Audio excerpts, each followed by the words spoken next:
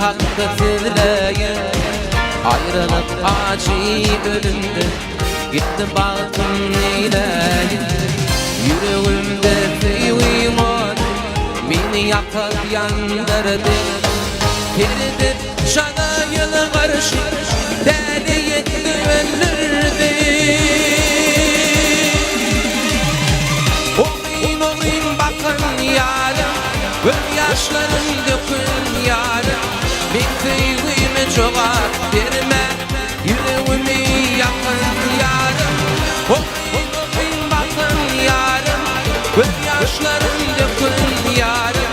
Bir sevgimi çoğalt verme, yüreğimi yakın yarım.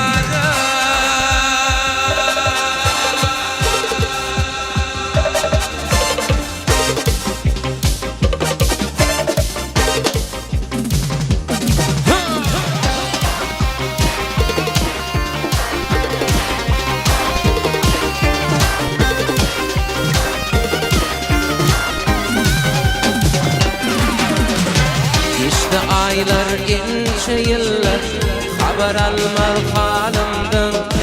Bugün olsa bin seyenin, geçip gitti yanımdan.